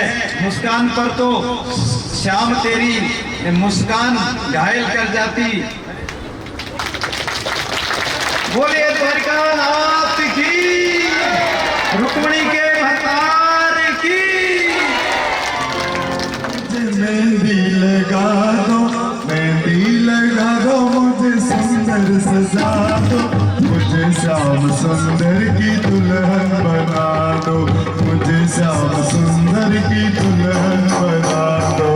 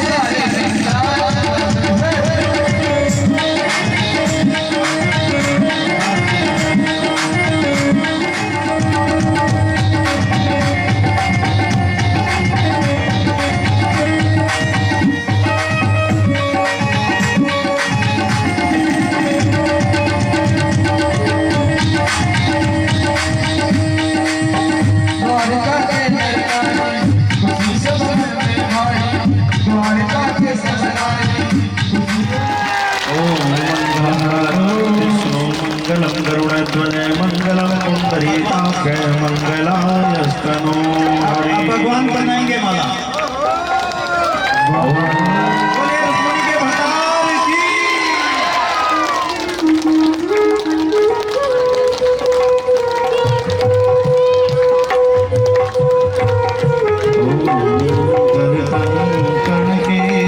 जटामुकुटं मणिमाणिक मोतियाभरणं गजनील गजेन्द्र गणाधिपतं मम तुष्ट विना